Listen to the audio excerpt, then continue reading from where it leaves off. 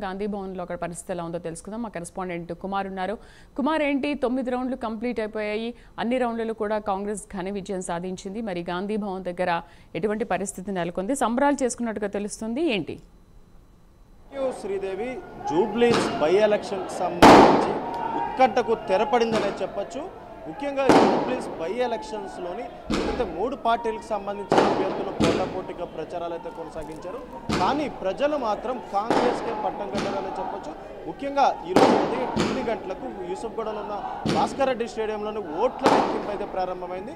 ఈ ఓట్ల లెక్కింపులు మొదటగా ఏదైతే మొదటి నుంచి కూడా ప్రతి రౌండ్లో కాంగ్రెస్ అభ్యర్థి నవీన్ యాదవ్ ఏదైతే విజయం సాధించుకుంటూనే వస్తున్నాడు. ముఖ్యంగా ప్రతి రౌండ్లో కూడా లీడింగ్లో అయితే ఆయనైతే ఉన్నారు.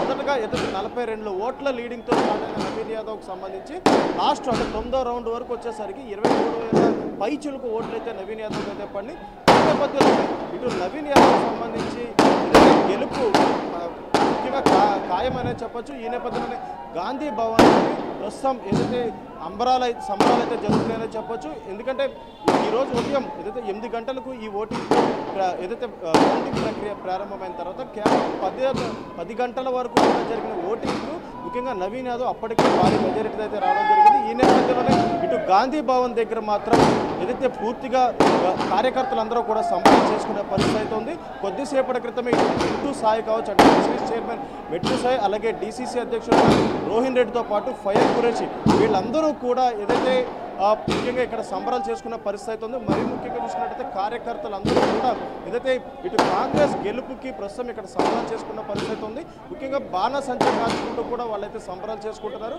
ముఖ్యంగా చూసుకున్నట్టయితే నవీన్ యాదవ్ అంటే గత 3 సార్లు ఎమ్మెల్యేగా ఆయనైతే పోటీ చేశారు. మొన్న అసెంబ్లీ ఎలక్షన్స్ తప్ప అంతకు ముందు ఏదైతే ఇండిపెండెంట్ కావచ్చు, ఎంఐఎం పార్టీ తరఫున కావచ్చు, ఏదైతే 3 సార్లు ఏదైతే జూబ్లీ ఎలక్షన్స్ అయితే పోటీ చేయడం జరిగింది. ప్రతిసారి కూడా కుమార్, గాంధీ భవన్ లో చాలా పెద్ద ఎత్తున సంబరాలు చేసుకుంటున్నట్టుగా కనిపిస్తుంది. ఒకసారి ఆ విజువల్స్ ని చూపించే ప్రయత్నం చేస్తారా?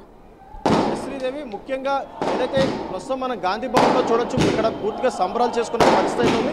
ముఖ్యంగా కార్యకర్తలు అలాగే ఏదైతే రాజకీయ నాయకులు కాంగ్రెస్ సంబంధించిన నేతలు అందరూ కూడా ఇక్కడ ఏదైతే సంబరాలు చేసుకుంటున్నారు. ఈరోజు కొద్దిసేపటి క్రితమే అందరూ కూడా గాంధీ భవన్ చేరుకున్నారు. గాంధీ భవన్ చేరుకోవడమే కాదు, ఇటు బాణాసంచతోని ఏదైతే ఈ విజయాన్ని ఘనంగా జరుపుకుంటున్నారు. ముఖ్యంగా ఇటు రోహిన్ రెడ్డితో పాటు ఏదైతే మెట్టు అలాగే హనుమంతరావు ఇలా పలువురు నేతలు కూడా కొద్దిసేపటి క్రితం ఏదైతే గాంధీ భవన్ చేరుకున్నారు. గాంధీ భవన్ చేరుకోవడంతోనే ఏదైతే ఇక్కడ ముఖ్యంగా ఏదైతే సంబరాలు కూడా అంబరాలంటి అని చెప్పొచ్చు. ఎందుకంటే కాంగ్రెస్ విజయం అంటే జూబ్లీస్ ఎలక్షన్స్లోని ముఖ్యంగా కాంగ్రెస్ కూడా చాలా ప్రెస్టేజ్గా తీసుకుంది.